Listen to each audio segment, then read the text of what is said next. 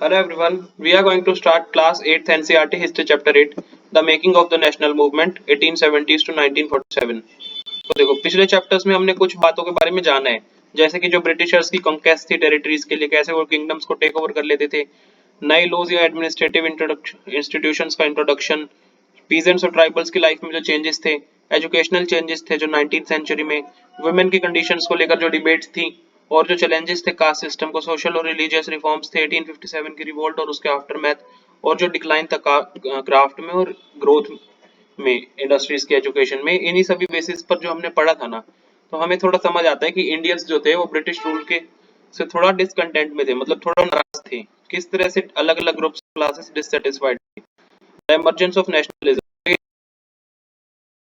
कारण जो इंडियंस थे उनके दिमाग में एक क्रूशियल क्वेश्चन आने लग गया था कि ये जो इंडिया कंट्री है ये किसके लिए है।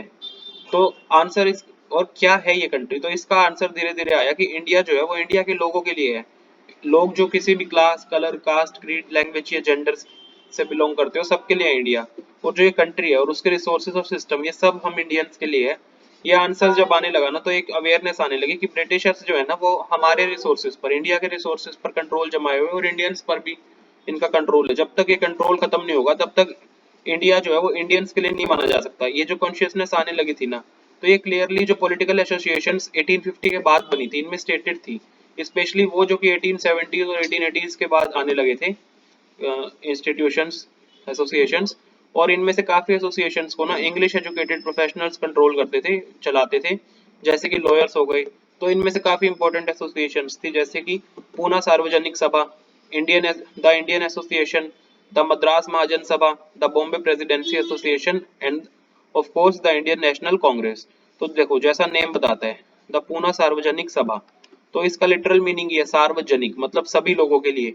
तो देखो कंट्री में अलग अलग स्पेसिफिक पार्ट्स में अलग अलग एसोसिएशंस काम करती थी, और इनका गोल ना एक तरह से इंडियंस के गोल की तरह दिखाया जाता था, एक पर्टिकुलर रीजन, कम्युनिटी या क्लास की तरह नहीं, सभी इंडियंस के गोल के लिए। और सब एक ही आइडिया पे काम करते थे कि हमारे लोग ना सोवरन हो, मतलब एक मॉडर्न कॉन्शियसनेस थी, और नेशनलिज्म का की फीचर भी था। दूसरे शब्दों में उनका मानना था कि इंडियंस जो है ना, उनके पास अपने डिसीजन लेने की पावर होनी चाहिए, किसी एक्सटर्नल, अपने अफेयर्स को लेकर किसी एक्सटर्नल का उन पर इन्फ्लुएंस ना हो, इंटरफेरेंस ना हो उनके डिसीजंस में। तो ये जो डिससेटिस्फेक्शन थी ना जब ब्रिटिश रूल से, ये 1870s और 1880s में बढ़ती गई। जैसे देखो 1878 में क्या हुआ, एक आर्म्स एक्ट पास कर दिया गया जिसमें इंडियंस को आर्म्स रखने का अधिकार नहीं था। सेम ईयर में ही वर्नाकुलर प्रेस एक्ट भी आ गया था, जो कि गवर्नमेंट का, क्योंकि फोकस ये था, इससे इससे क्या होता था कि ये जो एक्ट है ना, तो जो न्यूज़पेपर्स हो गई या प्रिंटिंग प्रेस हो गई जो कि ऐसा कुछ पब्लिश कर देते थे जो कि गवर्नमेंट को ऑब्जेक्शनेबल लगता था, तो वो उनकी संपत्ति जब्त कर सकते थे। तो इस तरह से वर्नाकुलर प्रेस एक्ट आ गया। 1883 में भी इल्बर्ट बिल जो था उसको लेकर भी थोड़ा देश में आक्रोश था। इल्बर्ट बिल में क्या होता था, इल्बर्ट बिल के कारण ना यूरोपियन लोगों को भी इंडियंस ट्रायल कर सकते थे। जैसे कोर्ट में जजेस होते हैं वो ट्रायल करते हैं ना, तो उससे यूरोपियंस का ट्रायल इंडियन कर सकते थे, क्योंकि इल्बर्ट एक्ट में ब्रिटिश और इंडियन जजेस के बीच इक्वालिटी की बात थी। तो देखो लेकिन, तो ये व्हाइट लोगों को पसंद नहीं आया, तो उन्होंने विरोध किया इल्बर्ट बिल का, तो इसको वापस ले लिया। तो इससे इंडियंस नाराज हो गए थे। इससे दिखता था कि ये जो ब्रिटिशर्स है ना, इनका एटीट्यूड थोड़ा रेशियल है, रेसिस्ट है इंडियन ब्रिटिशर्स। तो एक ऑल इंडिया एसोसिएशन की नीड फील होने लगी कि भाई एजुकेटेड इंडियंस जो है ना, उनको फील हुआ 1880s में ही कि ये जो इल्बर्ट बिल है ना, इस तरह की कंट्रोवर्सी जब बढ़ती गई, तब ये जो नीड थी कि भाई एक ऑल इंडिया ऑर्गेनाइजेशन होनी चाहिए, इसकी नीड बढ़ती गई, फील इनको होता गया। तो इंडियन नेशनल कांग्रेस को एस्टेब्लिश किया गया था तब जब 72 delegates all over the country मिले थे बॉम्बे में दिसंबर 1885 में।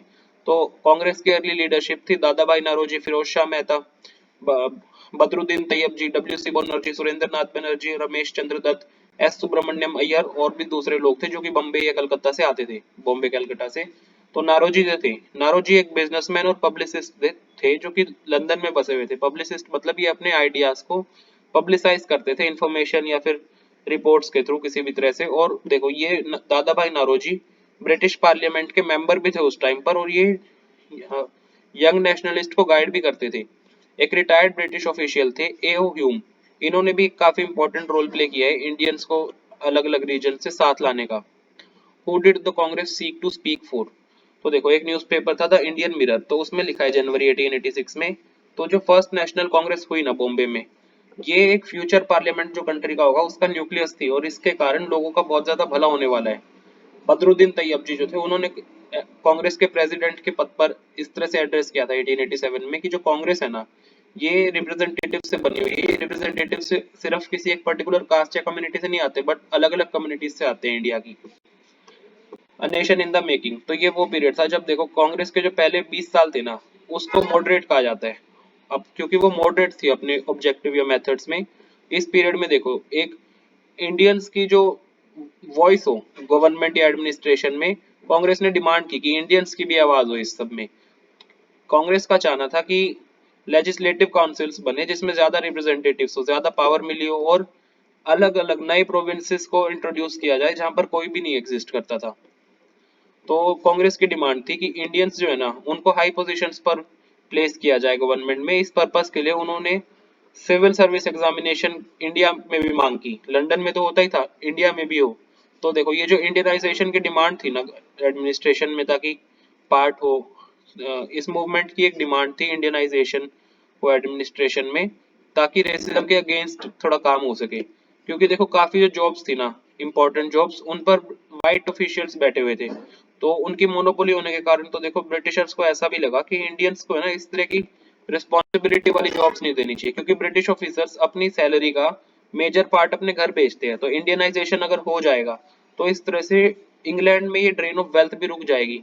और जो दूसरी डिमांड्स थी जैसे कि जुडिशरी को सेपरेट किया जाए एग्जीक्यूटिव से, आर्म्स एक्ट जो था उसको वापस लिया जाए, और स्पीच और एक्सप्रेशन की फ्रीडम मिली जाए, ये सब डिमांड्स भी बढ़ती गई।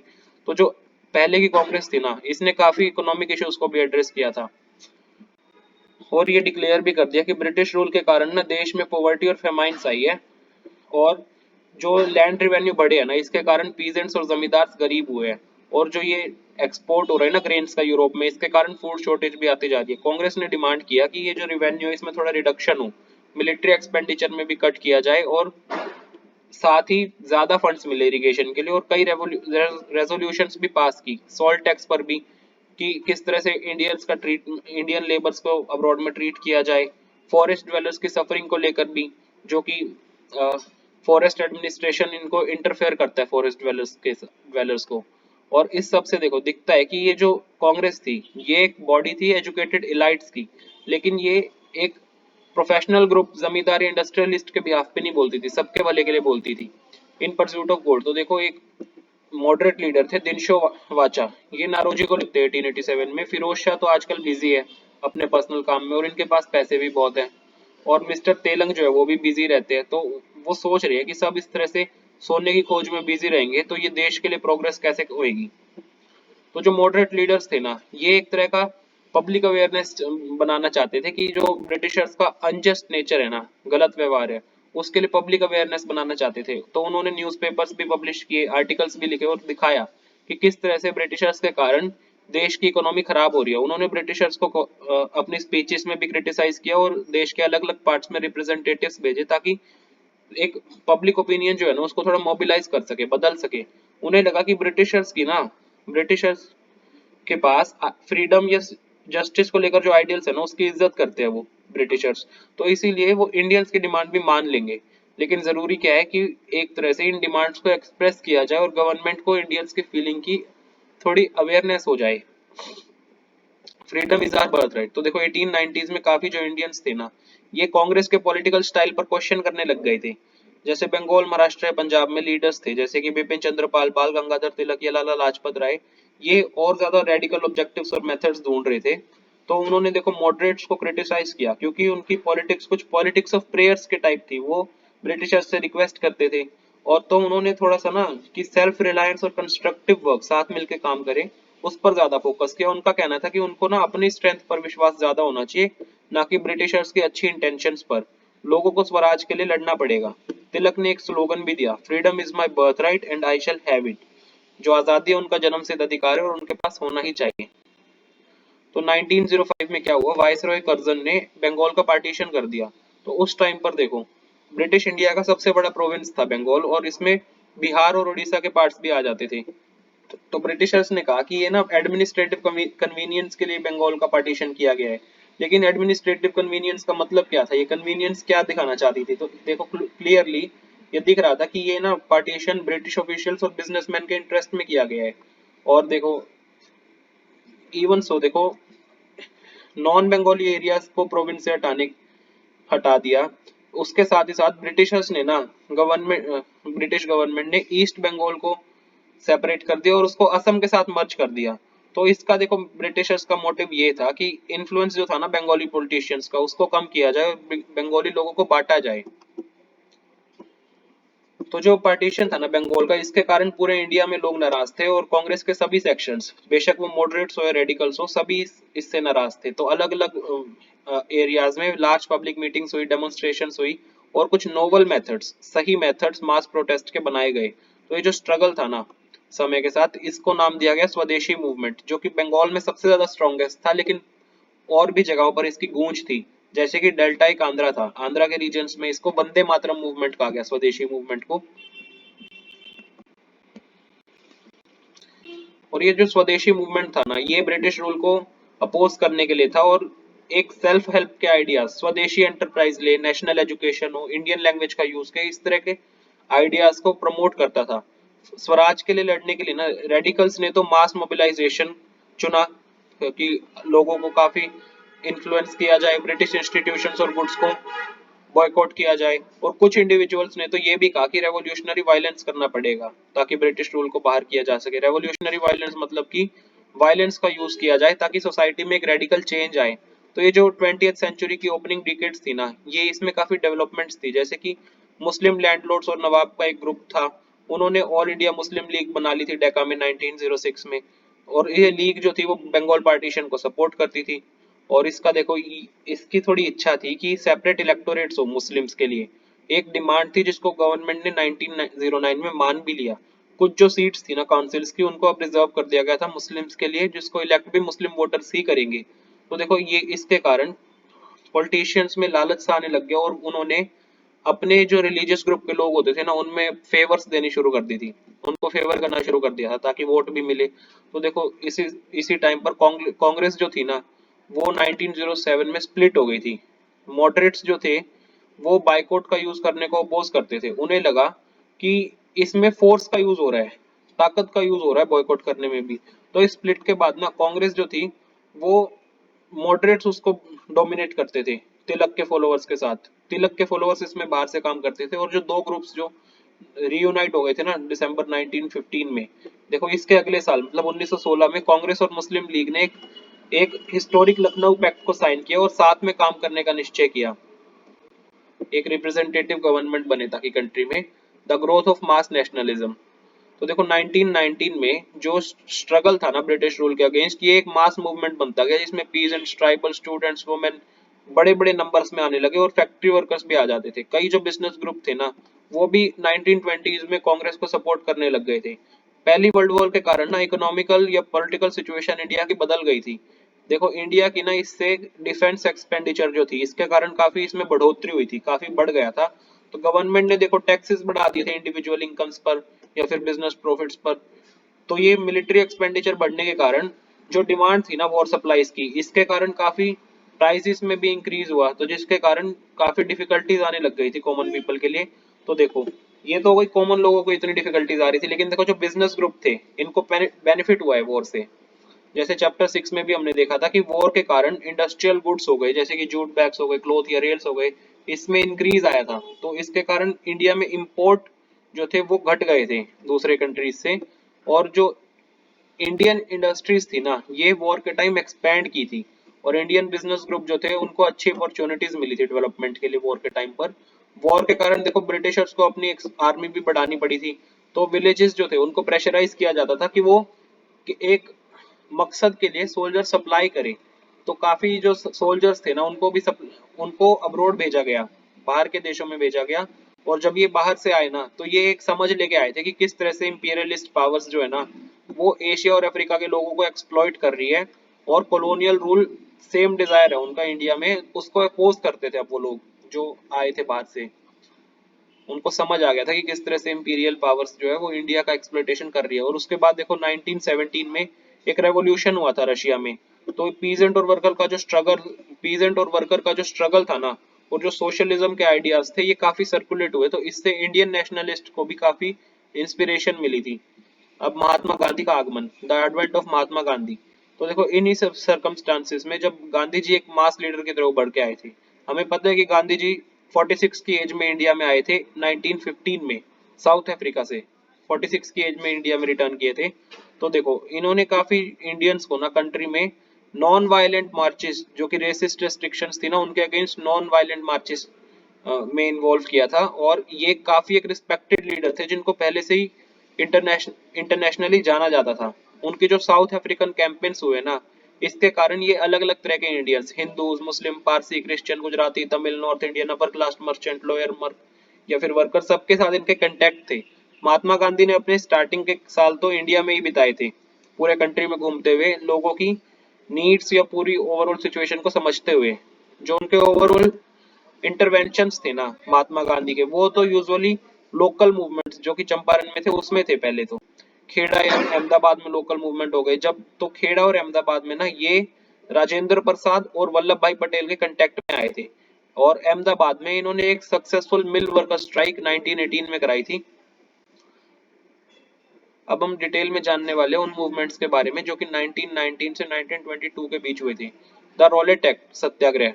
तो 1919 में ना गांधी जी ने एक कॉल दिया, मतलब गांधी जी ने कहा कि सत्याग्रह करेंगे रॉलेट एक्ट के अगेंस्ट, जो कि ब्रिटिशर्स ने जस्ट पास किया है। तो रॉलेट एक्ट में क्या था, ये एक्ट ना फंडामेंटल राइट्स थे जैसे कि फ्रीडम ऑफ एक्सप्रेशन, उसको तो उसका तो नाश कर देता था और पुलिस की पावर्स को बढ़ाता था। तो महात्मा गांधी, मोहम्मद अली जिन्ना और दूसरों को लगा कि गवर्नमेंट को ना और लोगों की बेसिक फ्रीडम जो है ना उसके राइट को रेस्ट्रिक्ट करने का अधिकार नहीं है। तो उन्होंने इस एक्ट को क्रिटिसाइज किया, डेविलिश या टिरेनिकल बता के। गांधी जी ने इंडियन लोगों से को ना कहा कि 6 अप्रैल 1919 को एक day of non violent opposition, जो कि इस एक्ट के विरोध में हो, इस तरह से देखा जाए, as a day of humiliation and prayer and हड़ताल, हड़ताल होगी, स्ट्राइक होगी हर जगह पर। सत्याग्रह सभा को मूवमेंट में अलग अलग जगह पर लगाए गए सत्याग्रह सभा भी। तो ये जो रॉलेट सत्याग्रह था ना, ये पहला ऑल इंडिया स्ट्रगल था ब्रिटिश गवर्नमेंट के अगेंस्ट, और इसको काफी सिटीज में काफी रेस्ट्रिक्ट भी किया गया था। अप्रैल 1919 में ना काफी ज्यादा डेमोन्स्ट्रेशंस थी, हड़ताल थी पूरे कंट्री में, और गवर्नमेंट ने काफी ब्रूटल मेजर्स लिए थे इसको सप्रेस करने के लिए। जैसे देखो जो जलियांवाला बाग की एट्रोसिटीज थी, जिसको जनरल डायर ने इम्पोज किया था अमृतसर में बैसाखी के दिन, ये भी इसके रिप्रेशन का ही पार्ट था, मतलब इसके विरोध में ही था। और जब इस मैसेकर के बारे में पता चला ना, तो रविंद्रनाथ टैगोर ने अपना पेन और गुस्सा दिखाते हुए नाइटहुड अपना रिनाउंस कर दिया, नाइटहुड त्याग दिया। नाइटहुड क्या होता है? नाइटहुड एक ऑनर होता है जो कि ब्रिटिश क्राउन देता है कुछ पर्सनल अचीवमेंट या पब्लिक सर्विस के लिए जो बहुत अच्छी हो। तो रविंद्रनाथ टैगोर ने उसको त्याग दिया। तो रॉलेट सत्याग्रह में ना लोगों ने, पार्टिसिपेंट्स ने ट्राई किया था कि हिंदू और मुस्लिम इसमें एकता के साथ ब्रिटिश रूल के खिलाफ लड़े। तो देखो ये जो महात्मा गांधी की कॉल थी ना, जो कि इंडिया को एक इस तरह का लैंड देखते थे जहां पर सभी लोग रहते हैं, हिंदूज भी रहते हैं, मुस्लिम भी रहते हैं और दूसरे रिलीजियंस के लोग भी रहते हैं। तो वो उनकी इच्छा थी कि हिंदू और मुस्लिम एक दूसरे को सपोर्ट करें इस तरह के कॉजेस में। The eternal law of suffering. देखो महात्मा गांधी के अहिंसा का मतलब क्या था, कैसे अहिंसा जो है वो स्ट्रगल का बेसिस है। और महात्मा गांधी क्या कहते थे, नॉन वायलेंस ना अपने तरफ जब हम कुछ अच्छा करते हैं बिना किसी एक्सपेक्टेशन रिटर्न की इच्छा के, कुछ करे उसके बदले कुछ मिले, इस इच्छा के बिना जब हम कुछ अच्छा करते हैं, तो वो एक अहिंसा का ही लेसन है। साउथ अफ्रीका में I succeeded in learning the eternal law of suffering as the only remedy for undoing wrong and injustice. South Africa में उनको ये समझ आ गया कि जो सफरिंग है ना, उसकी रेमेडी सिर्फ यही है कि रॉन्ग या फिर इनजस्टिस ना करो। इसका मतलब है कि पॉजिटिवली नॉन वायलेंस को फॉलो करो। हमें प्रिपेयर रहना चाहिए ताकि हमें जो भी दिक्कत आए ना उसको हम खुशी के साथ झेल लें, और हम किसी का भी बुरा ना चाहें, जिसने हमारा बुरा किया उसका भी हम बुरा ना चाहें, ऐसा महात्मा गांधी का कहना था। खिलाफत agitation and the non cooperation movement. जो खिलाफत इशू था ना, वो भी एक ऐसा ही इशू था। क्या हुआ था 1920s में ना, ब्रिटिशर्स ने काफी हार्श ट्रीटी तुर्की के सुल्तान पर इम्पोज कर दी थी। तुर्की के सुल्तान क्या लो, तुर्की के खलीफा भी थे वही।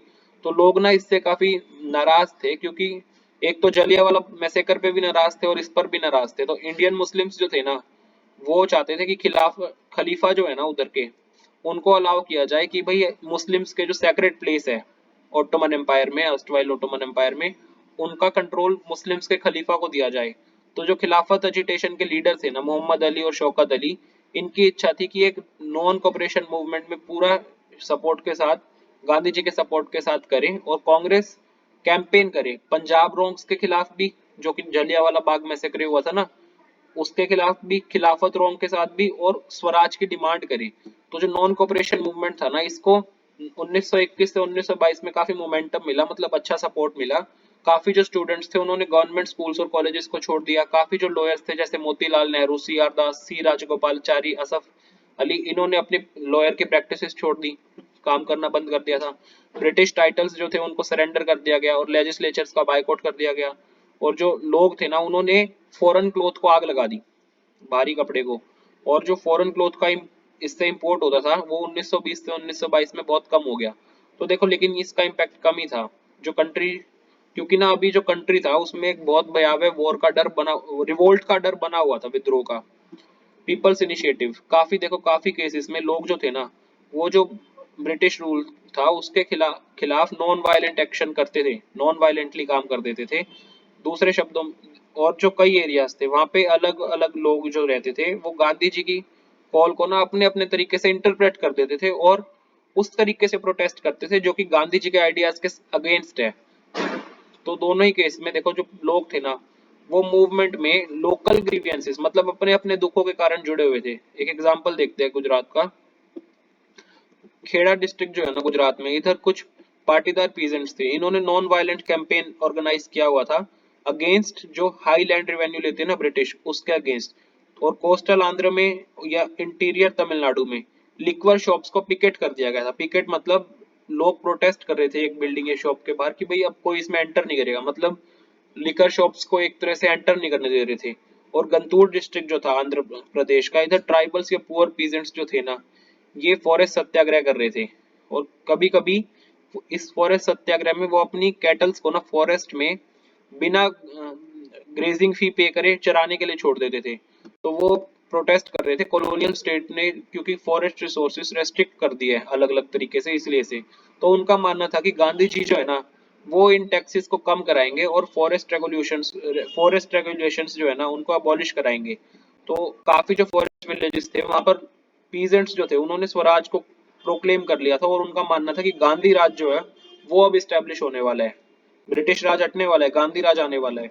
सिंध जो कि आज की डेट में पाकिस्तान में, इधर जो मुस्लिम ट्रेडर्स थे और पीजेंट्स थे, ये भी खिलाफत कॉल के लिए, मतलब कि खलीफा के लिए, खलीफा वाली जो बात थी खिलाफत कॉल, उसमें उसके लिए काफी इंटरेस्टेड थे। बंगाल में भी खिलाफत नॉन कॉपरेशन अलायंस थी ना, इसको काफी कम्युनल यूनिटी और स्ट्रेंथ सपोर्ट मिला था नेशनल मूवमेंट के लिए। पंजाब में अकाली एजिटेशन थी सिक्स की, तो उनका उनकी इच्छा थी कि करप्ट महंत, महंत मतलब कि रिलीजियस फंक्शनरीज, मतलब रिलीजियस काम करने वाले जो होते हैं ना सिख गुरुद्वारा के, तो जो करप्ट महंत है जिनको ब्रिटिश सपोर्ट करते हैं, उनको हटाया जाए गुरुद्वारा से। तो इस मूवमेंट को ना क्लोजली एक नॉन कॉपरेशन मूवमेंट की तरह आइडेंटिफाई किया था। असम में तो देखो, टी टी गार्डन की जो लेबरर्स थे ना, वो शाउट करते थे कि गांधी महाराज की जय, गांधी महाराज की जय का नारा लगाते थे वो, ताकि, और उनकी डिमांड थी कि ब्रिटिशर्स जो है ना उनकी वेजेस में इंक्रीज करे, उनको पैसे ज्यादा दे। तो उन्होंने देखो ब्रिटिश ओन्ड प्लांटेशंस को छोड़ दिया और ऐसा कहा कि वो गांधी जी की विश को फॉलो कर रहे हैं। इंटरेस्टिंगली देखो, जो उस टाइम के वैष्णव सॉन्ग्स थे ना, असमीज वैष्णव सॉन्ग्स, तो उधर जो कृष्णा का रेफरेंस आता था ना, उसकी जगह पर गांधी राजा यूज करने लग गए थे, इतना फेमस हो गए थे गांधी जी। द पीपल्स महात्मा, तो हम देख सकते हैं ऊपर कभी कभी कि लोग ना महात्मा गांधी को मसीहा की तरह भी मानने लगते थे कई बार, और जो कि उनको दुख या पॉवर्टी से बाहर निकालेगा। तो गांधी जी चाहते थे कि एक यूनिटी बने, ना कि कभी कंफ्लिक्ट हो, एक यूनिटी बने। और पीजेंट्स जो थे ना, वो ऐसा सोचते थे कि गांधी जी जो है उनको जमींदार के अगेंस्ट फाइट करने में हेल्प करेंगे। एग्रीकल्चरल लेबरर्स, उनका मानना था कि गांधी जी उनको लैंड देंगे। कभी कभी ऑर्डिनरी लोग ना गांधी जी को अपने अचीवमेंट्स का क्रेडिट दे देते थे। फॉर एग्जाम्पल, एक पावरफुल मूवमेंट के एंड में ना प्रतापगढ़, जो पीजेंट्स थे ना प्रतापगढ़ के यूनाइटेड प्रोविंसेस में, उन्होंने इलीगल एविक्शन, टेनेंट्स का इलीगल एविक्शन मतलब कि एक गलत तरीके से जो ब्रिटिश लोग उनको किराए की जमीन से फेंक देते थे ना बाहर, उसको स्टॉप करवा दिया था। तो गांधी जी, उनको लगा कि गांधी जी ने इस वो स्टॉप कराया है, गांधी जी ने ये डिमांड उनके लिए जीती है। तो देखो दूसरे टाइम्स पर भी ऐसा होता था कि गांधी जी का नाम लेकर ना ट्राइबल्स या पीजेंट्स लोग थे एक्शंस करते थे जो कि गांधीयन आइडियल्स के विरोध में होते थे। It was he who Pratapgarh. तो देखो ये एक सीआईडी रिपोर्ट से एक्सट्रैक्ट लिया गया है, किसान मूवमेंट जो इलाहाबाद डिस्ट्रिक्ट में हुआ था उससे। तो जनवरी 1921 में तो करेंसी जिस पर मिस्टर गांधी का नाम है वो काफी रिमोट विलेजेस में भी एक्सेप्ट की जाती है। किसी कोई भी उन वो नहीं जानता हो बेशक कि गांधी जी कौन है, लेकिन इस फैक्ट को सब जानते हैं कि जो गांधी जी कह दे या जो वो ऑर्डर कर दे वो करना ही पड़ेगा। वो महात्मा है, साधु है, पंडित है, ब्राह्मण है, जो कि इलाहाबाद में रहते हैं, एक देवता भी है। तो उनके नाम की पावर इतनी थी कि जो आइडिया वो लाए थे ना बेदखली, उन्होंने ही स्टॉप कराई थी प्रतापगढ़ में। प्रतापगढ़ में बेदखली मतलब बेदखल कर देते थे ना, इलीगल एविक्शन। तो एक जनरल रूल की तरह गांधी जी को ना एक गवर्नमेंट, गांधी जी को ऐसा सोचा जाता था कि वो गवर्नमेंट के अगेंस्ट नहीं है, सिर्फ जमींदार के अगेंस्ट है। तो हम गांधी जी के लिए और सरकार के लिए है, मतलब ऐसा लोगों को लग रहा था उस टाइम पर, बेदखली के टाइम पर। The happenings of 1922 and 1929। तो महात्मा गांधी जो थे जैसा हमें पता है वो वायलेंट मूवमेंट्स के अगेंस्ट थे, मतलब हिंसा नहीं चाहते थे वो। तो उन्होंने ना देखो क्या हुआ, फरवरी 1922 को एक पीजेंट्स का क्राउड था, उन्होंने पुलिस स्टेशन जला दिया चौरी चौरा में। तो गांधी जी ने नॉन कॉपरेशन मूवमेंट तुरंत वापस बुला लिया कि अब नहीं होएगा ये, क्योंकि 22 पुलिसमैन जो थे उस दिन पे मारे गए थे। पीजेंट्स जो थे वो नाराज क्यों हुए थे, क्योंकि जब पीजेंट पीसफुली डेमोन्स्ट्रेशन कर रहे थे ना तो पुलिस ने उनपे फायर कर दिया था। एक बार जब नॉन कॉपरेशन मूवमेंट खत्म हुआ तो गांधी जी के जो फॉलोअर्स थे ना, उन्होंने कहा कि कांग्रेस को ना कुछ रूरल एरियाज में कंस्ट्रक्टिव वर्क करना चाहिए। दूसरे जो लीडर्स थे जैसे कि चित्तरंजन दास हो गए, मोतीलाल नेहरू हो गए, उनका कहना था कि पार्टी को इलेक्शंस में जाना चाहिए ताकि काउंसिल के इलेक्शंस में जाना चाहिए और फिर काउंसिल्स में जाकर कुछ गवर्नमेंट पॉलिसीज में ताकि उनका इन्फ्लुएंस बने। तो देखो उन्होंने मिड ट्वेंटीज में काफी अच्छा सोशल वर्क किया था विलेजेस में। तो गांधीयंस को ना सपोर्ट मिलने लग गया था उधर से, विलेजेस से। तो इसके कारण देखो ये सिविल डिसोबीडियंस मूवमेंट जो 1930 में हुआ ना, उसमें इसका काफी बेनिफिट हुआ। और जो काफी दो इंपॉर्टेंट डेवलपमेंट्स थी ना मिड 1920s की, वो थी एक तो राष्ट्रीय स्वयंसेवक संघ आरएसएस की फॉर्मेशन, ये एक हिंदू ऑर्गेनाइजेशन है, और कम्युनिस्ट पार्टी ऑफ इंडिया की फॉर्मेशन। तो ये जो पार्टीज थी ना ये अपने अपने अलग अलग आइडियाज रखती थी कि इंडिया को कैसा होना चाहिए।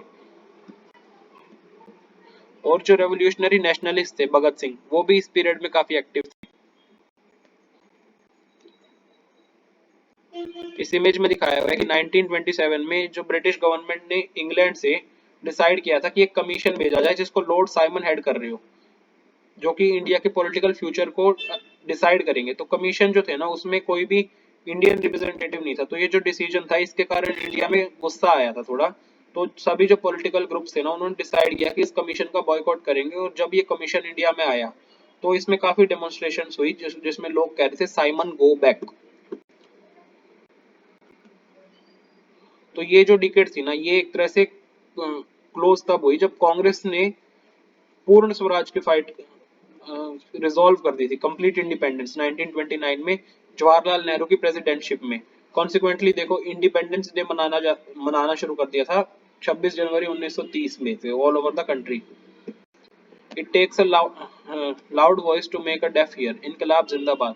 तो जो रेवोल्यूशनरी नेशनलिस्ट थे जैसे कि भगत सिंह जी हो गए, राजगुरु हो गए, चंद्रशेखर आजाद और सुखदेव थे, ये सब चाहते थे कि वो कॉलोनियल रूल के अगेंस्ट लड़े और जो रिच लोग जो वर्कर्स को, पीजेंट्स को एक्सप्लॉइट कर रहे हैं ना उनका भी विरोध करे। तो इस पर्पस के लिए इन्होंने हिंदुस्तान सोशलिस्ट रिपब्लिकन एसोसिएशन बनाई 1928 में फिरोज शाह कोटला दिल्ली में। तो 17 दिसंबर 1928 को ना भगत सिंह आजाद और राजगुरु, इन्होंने सॉन्डर्स एक पुलिस ऑफिसर था जो कि लाला लाजपत राय पर लाठीचार्ज करने में इन्वॉल्व था जिसके कारण उनकी डेथ हो गई थी, सॉन्डर्स को असैसिनेट कर दिया। तो 8 अप्रैल 1929 को भगत सिंह डी के दत्त ने एक बॉम्ब फेंक दिया था सेंट्रल लेजिस्लेटिव असेंबली पे। तो उनका मकसद क्या था, तो ऐसा एक लीफलेट बताता है कि वो किसी को भी मारना नहीं चाहते थे बल्कि to make the deaf hear, बहरे को भी आवाज सुन जाए, ऐसा चाहते थे वो, ताकि फॉरेन गवर्नमेंट को समझ आ जाए कि वो एक्सप्लॉइटेशन जो कर रहे हैं उसका विरोध होएगा, गलत कर रहे हैं वो। भगत सिंह, सुखदेव और राजगुरु को एग्जीक्यूट कर दिया गया था मार्च 23 1931 में। भगत सिंह की एज उस समय पे सिर्फ 23 साल की थी। द मार्च टू दांडी, पूर्ण स्वराज कभी भी देखो खुद से नहीं आएगा, तो 1930 में ना गांधी जी ने डिक्लेयर कर दिया कि वो एक एक मार्च को लीड करेंगे ताकि सोल्ट लॉ को ब्रेक किया जाए। उनके इस लॉ में क्या होता था कि स्टेट जो है ना उसके पास सॉल्ट को मैन्युफैक्चर और सेल करने की पूरी मोनोपोली थी। तो महात्मा गांधी दूसरे नेशनलिस्ट के साथ मिलकर कहते हैं कि ये तो पाप है कि आप सॉल्ट पर भी टैक्स लगाओ, क्योंकि ये एक बहुत इंपॉर्टेंट एसेंशियल फूड आइटम है। तो सॉल्ट मार्च ना एक तरह से जो इच्छा थी फ्रीडम की उससे रिलेट कर रहा था, जो कि सभी लोग फील भी करते थे। तो इसीलिए ये रिच और पुअर को डिवाइड भी नहीं कर रहा था सॉल्ट मार्च, सभी इसमें साथ दे रहे थे। गांधी जी और उनके फॉलोअर्स ने 240 मील का मार्च किया साबरमती से दांडी के कोस्टल टाउन तक, जहां पर उन्होंने गवर्नमेंट का लॉ तोड़ा। किस तरह से? उन्होंने नेचुरल सॉल्ट जो था ना सी शोर पे जो मिलता है उसको इकट्ठा किया, नदी के पानी को वो सी वाटर को बॉईल किया और सॉल्ट प्रोड्यूस किया। Women in the freedom struggle, Ambabai from Karnataka, जो अलग अलग बैकग्राउंड से विमेन आती थी ना वो भी नेशनल मूवमेंट में पार्टिसिपेट करती थी। यंग हो या ओल्ड, सिंगल हो या मैरिड, वो अलग अलग रूरल या अर्बन एरिया से आती थी, कंजर्वेटिव और लिबरल होम से आती थी और पार्टिसिपेट करती थी। उनकी जो इन्वॉल्वमेंट थी ना ये फ्रीडम स्ट्रगल में काफी सिग्निफिकेंट रही है, वुमेन्स मूवमेंट में भी और खुद के लिए भी, पर्सनली भी। जो ब्रिटिश ऑफिशियल्स या इंडियन नेशनलिस्ट थे ना उनको फील होता था कि विमेन्स का जो पार्टिसिपेशन है ना इसके कारण नेशनल स्ट्रगल में काफी फोर्स आई है, बेटरमेंट हुई है। तो ये जो पार्टिसिपेशन थी ना फ्रीडम मूवमेंट की, इसके कारण विमेन अपने घरों से बाहर आई थी। तो उनको इस तरह से प्रोफेशन में भी जगह मिली थी, गवर्नमेंट ऑफ इंडिया में भी जगह मिली थी और इक्वालिटी के लिए भी एक रास्ता खुला था इससे। तो ये जो पार्टिसिपेशन थी ना ये विमेन क्या पार्टिसिपेशन थी, वो किस तरह की करती थी। अंबाबाई थी जो ना कर्नाटका की, वो उनकी शादी 12 साल की उम्र में ही हो गई थी और वो 16 की एज में विधवा हो गई थी। तो उन्होंने फॉरेन क्लॉथ और लिक्वर शॉप्स को पिकेट कर दिया ओडीपी में, मतलब इसी तरह लोगों की एंट्री रोक दी। और फिर उनको अरेस्ट कर लिया गया और एक सेंटेंस दिया गया और फिर से उनको रीअरेस्ट कर लिया गया। तो प्रिजन टर्म्स में ना उन्होंने कुछ स्पीचेस भी दी, लोगों को स्पिनिंग भी सिखाई और प्रभात फेरीज ऑर्गेनाइज करनी भी की थी। अंबाबाई जो थी ना इनको अपने हैप्पीएस्ट डेज ऑफ लाइफ बताती है, क्योंकि इससे इनको नया पर्पस या कमिटमेंट मिला था।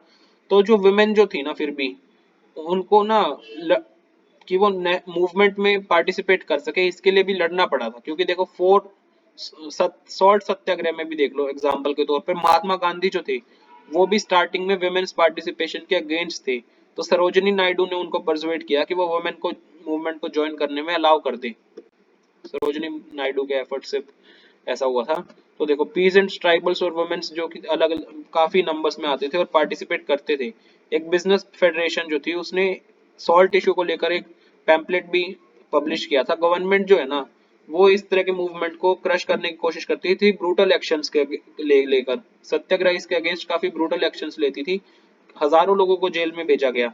तो ये जो कंबाइंड स्ट्रगल था ना लोगों का, इसके कारण देखो गवर्नमेंट ऑफ इंडिया एक्ट आ गया था 1935 में, इसमें प्रोविंशियल ऑटोनॉमी मिल गई थी। प्रोविंशियल ऑटोनॉमी का मतलब कि एक इस तरह की क्षमता कि आप प्रोविंसेस जो है ना वो थोड़े से इंडिपेंडेंट बना लो डिसीजन मेकिंग में, लेकिन फिर भी एक फेडरेशन में ऊपर उसका कंट्रोल रहेगा। तो इधर प्रोविंशियल इकोनॉमी का मतलब हो गया कि कुछ जो प्रोविंसेस है उधर आप डिसीजन ले सकते हो लेकिन ब्रिटिश गवर्नमेंट के अंडर ही हो फिर भी। तो गवर्नमेंट ने देखो इलेक्शंस अनाउंस कर दिए थे प्रोविंशियल लेजिस्लेचर्स में 1937 में। कांग्रेस ने गवर्नमेंट बनाई थी 11 में से 7 प्रोविंसेस में। तो 7 सितंबर 1939 में कांग्रेस रूल के 2 साल के बाद प्रोविंसेस में सेकेंड वर्ल्ड वॉर हो गई थी। तो जो हिटलर के थोड़े विरोध में ना कांग्रेस लीडर्स ने ब्रिटिश वॉर एफर्ट को सपोर्ट करने का कह दिया था, लेकिन रिटर्न में उनका कहना था कि फिर उसके वॉर जब खत्म हो जाएगी ना सेकेंड वर्ल्ड वॉर, उसके बाद इंडिया को इंडिपेंडेंस दे देना। तो ब्रिटिश ने इस डिमांड को मानने से मना कर दिया। तो कांग्रेस ने भी मिनिस्ट्रीज जो थी ना उन्होंने प्रोटेस्ट में रिजाइन कर दिया, रिजाइन देने लग गए थे कांग्रेसमैन भी विरोध के तौर पर। वीर लखन नायक वॉज हैंग्ड। तो देखो बाजी मोहम्मद जो कि प्रेसिडेंट थे ना नबरंगपुर कांग्रेस के, उड़ीसा में 1930s में ऐसा रिपोर्ट करते हैं कि देखो अगस्त 25 1942 को 19 लोग जब पुलिस फायरिंग हुई ना पपरंडी नाबारंगपुर में, उसमें मारे गए। तो उसमें से काफी जो है 19 तो तुरंत मारे गए थे, और उसके बाद घाव के कारण भी काफी मारे गए। 300 से ज्यादा लोग इसमें इंजर्ड हुए थे। थाउजेंड्स लोग जो थे वो कोरापुट डिस्ट्रिक्ट में जेल कर दिए गए थे। कईयों को गोली मार दी गई थी, एग्जीक्यूट कर दिया गया था। तो वीर लखन नायक जो थे, ये काफी लेजेंडरी ट्राइबल लीडर थे जिन जो कि ब्रिटिशर्स का विरोध करते थे। इनको हैंग कर दिया गया था, मतलब फांसी लगा दी गई थी। नायक बाजी बताते हैं कि नायक जो है ना वो एग्जीक्यूट होने से, मतलब मरने से नहीं डरते थे। उनको सिर्फ इसे एक बात का दुख था कि वो फ्रीडम की सुबह नहीं देख पाए, आजादी की सुबह नहीं देख पाए। बाजी मोहम्मद ने भी ना 20,000 लोगों को नेशनल स्ट्रगल में पार्ट लेने के लिए मोबिलाइज किया था। उन्होंने सत्याग्रह काफी बार ऑफर किया था, सत्याग्रह, और जो अलग अलग प्रोटेस्ट होते थे ना सेकेंड वर्ल्ड वॉर के अगेंस्ट, उसमें पार्टिसिपेट करते थे। और जो क्विट इंडिया मूवमेंट था उसमें भी पार्टिसिपेट किया था, और जेल टर्म्स में भी काफी सर्व किया, इन्होंने सेवाएं दी है अपनी। एक रेडिकल नेशनलिस्ट जिनके पास काफी सोशलिस्ट लर्निंग थी, बोस। ये गांधी जी के आइडियल्स जो थे ना अहिंसा, उससे सहमत नहीं थे। वो गांधी जी की रिस्पेक्ट तो करते थे, उनको फादर ऑफ द नेशन कहते थे, लेकिन जो अहिंसा के मूल्य थे ना उनसे वो सहमत नहीं थे। तो जनवरी 1941 में सीक्रेटली उन्होंने अपना कलकत्ता का घर छोड़ दिया और वो सिंगापुर चले गए, जर्मनी के विया जर्मनी। और आजाद हिंद फौज या फिर कह लो इंडियन नेशनल आर्मी वो बनाई इन्होंने। तो इंडिया को ब्रिटिश कंट्रोल से फ्री कराने के लिए ना 1944 में इंडियन नेशनल आर्मी ने इंडिया में इम्फाल और कोहिमा के थ्रू एंटर करने की कोशिश की, लेकिन ये कैंपेन फेल हो गया। इंडियन नेशनल आर्मी के मेंबर्स को जेल में डाल दिया गया या ट्रायल के लिए भेज दिया गया। जो अलग अलग देश के अलग अलग पार्ट से लोग थे ना, वो जो आईएनए ट्रायल्स के आगे होने वाले थे ना, इसके अगेंस्ट के मूवमेंट में पार्टिसिपेट करते थे। क्विट इंडिया एंड लेटर, तो महात्मा गांधी ने डिसाइड किया कि वो ना एक मूवमेंट को नया फेज इनिशिएट करेंगे, जो सेकेंड वर्ल्ड वॉर के मिडल में ही ब्रिटिशर्स के अगेंस्ट। तो ये जो ब्रिटिश थे ना, ब्रिटिश को तुरंत इंडिया छोड़ना पड़ेगा, उन्होंने ऐसा कहा। तो देखो लोगों से उन्होंने कहा डू और डाई, करो या मरो ब्रिटिशर से फाइट करने के एफर्ट में, लेकिन तुमको लड़ना नॉन वायलेंटली है, अहिंसा का पूरा ध्यान रखना है। गांधी जी और दूसरे लीडर्स, जब एक बार ये मूवमेंट फैल गया ना, इनको जेल में डाल दिया गया। तो इसके कारण देखो पीजेंट या यूथ जो थे जिन्होंने भी अपनी पढ़ाई तक छोड़ दी थी, वो काफी अट्रैक्ट हुए मूवमेंट को ज्वाइन करने में। कम्युनिकेशंस और सिंबल जो कि स्टेट अथॉरिटी के सिंबल हो गए, जैसे उन सभी को पूरे कंट्री में अटैक कर दिया गया। काफी एरियाज में लोगों ने देखो अपनी अपनी गवर्नमेंट ही बना ली। तो जो इसका पहला रिस्पॉन्स था ना ब्रिटिश का, वो बहुत ज्यादा सीवियर रिप्रेशन था, मतलब बहुत तगड़ा विरोध किया था ब्रिटिश ने भी। 1943 के एंड में 90,000 लोगों को अरेस्ट कर लिया गया था, 1,000 लोगों को पुलिस फायरिंग में मार दिया गया था, और कई एरियाज में ऐसे ऑर्डर दे दिए गए थे कि एयरप्लेन से मशीन गन फायर करो क्राउड पे। और जो ये रिबेलियन था ना, फिर भी देखो ये पूरे विद्रोह में अल्टीमेटली ब्रिटिश राज जो था वो घुटने पे आ ही गया था टुवर्ड्स इंडिपेंडेंस एंड पार्टीशन। अब पार्टीशन की बात देखते हैं। देखो देखो 1940s में ना मुस्लिम लीग जो थी ना, उन्होंने एक रेजोल्यूशन कहा कि इंडिपेंडेंट स्टेट्स हो मुस्लिम के लिए, नॉर्थ वेस्टर्न और ईस्टर्न एरियाज में कंट्री के। तो ये जो रेजोल्यूशन था, ये पार्टीशन या पाकिस्तान जैसे शब्दों का तो यूज नहीं कर रहा था, लेकिन अलग स्टेट्स मांग रहा था नॉर्थ वेस्टर्न और ईस्टर्न पार्ट्स में। तो देखो ये लीग इस तरह से अचानक से क्यों मांगने लग गई थी सब कॉन्टिनेंट में अलग से।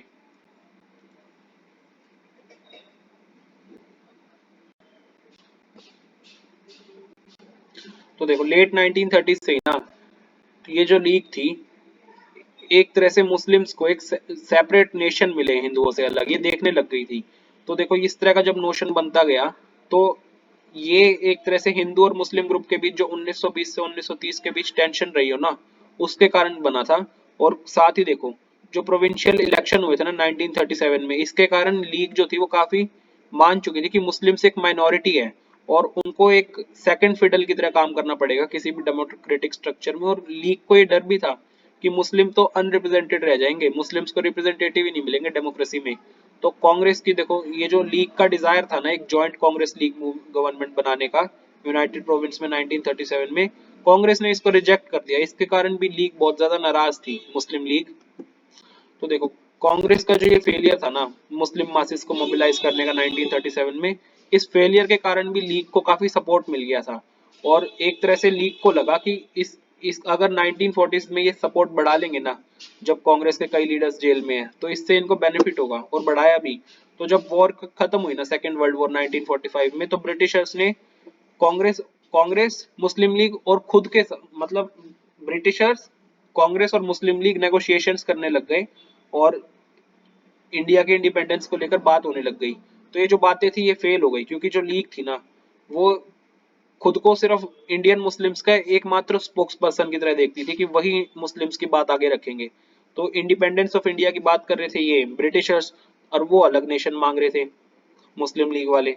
तो कांग्रेस जो थी ना, वो इस बात को स्वीकारती नहीं थी कि मुस्लिम लीग ही एकमात्र स्पोक्स पर्सन है इंडियन मुस्लिम की, क्योंकि कांग्रेस में भी काफी मुस्लिम्स थे, कांग्रेस को भी काफी मुस्लिम सपोर्ट करते थे।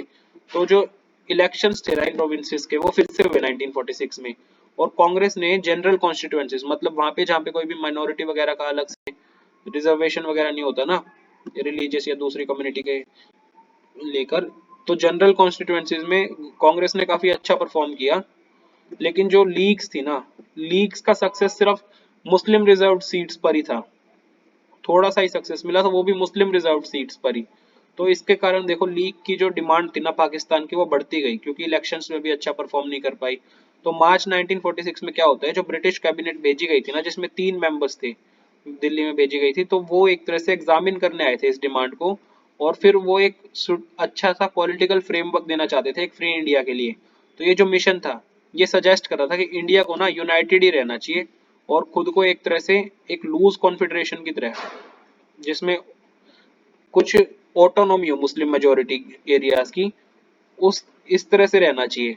लेकिन देखो ये जो है, ये कांग्रेस और मुस्लिम लीग इसमें कुछ इस प्रपोजल की कुछ स्पेसिफिक डिटेल्स पर एग्री नहीं कर रहे थे। तो पार्टीशन जो था ना, अब वो होने ही वाला था बस।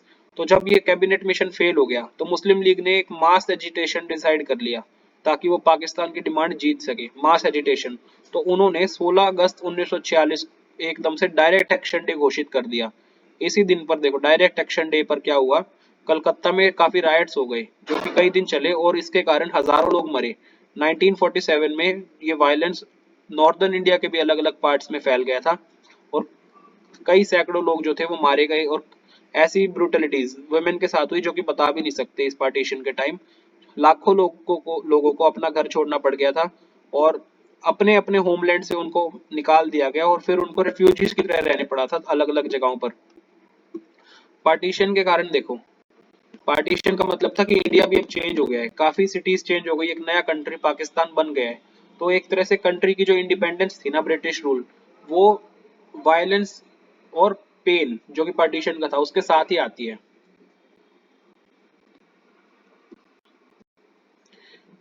देखो मौलाना आजाद कुछ कांग्रेस मेंबर्स के साथ बैठे हुए इस पिक्चर में।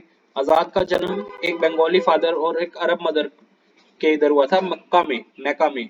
तो काफी लैंग्वेजेस मौलाना आजाद को आती थी। आजाद जो है ना, वो एक अच्छे स्कॉलर रहे हैं इस्लाम के, और जो नोशन था वहादत दीन, मतलब कि सभी धर्मों में एकता, इसके काफी सपोर्टर थे वो, और काफी एक एक्टिव पार्टिसिपेंट थे गांधीयन मूवमेंट में, और वो हिंदू मुस्लिम यूनिटी का बहुत ज्यादा सपोर्ट करते थे। और जो जिन्ना की टू नेशन थ्योरी थी ना इंडिया पाकिस्तान, इसका विरोध भी करते थे मौलाना आजाद। चक्रवर्ती राजगोपालचारी, ये एक काफी अच्छे नेशनलिस्ट थे और वेटरन नेशनलिस्ट थे, और सॉल्ट सत्याग्रह में साउथ में लीडर भी थे।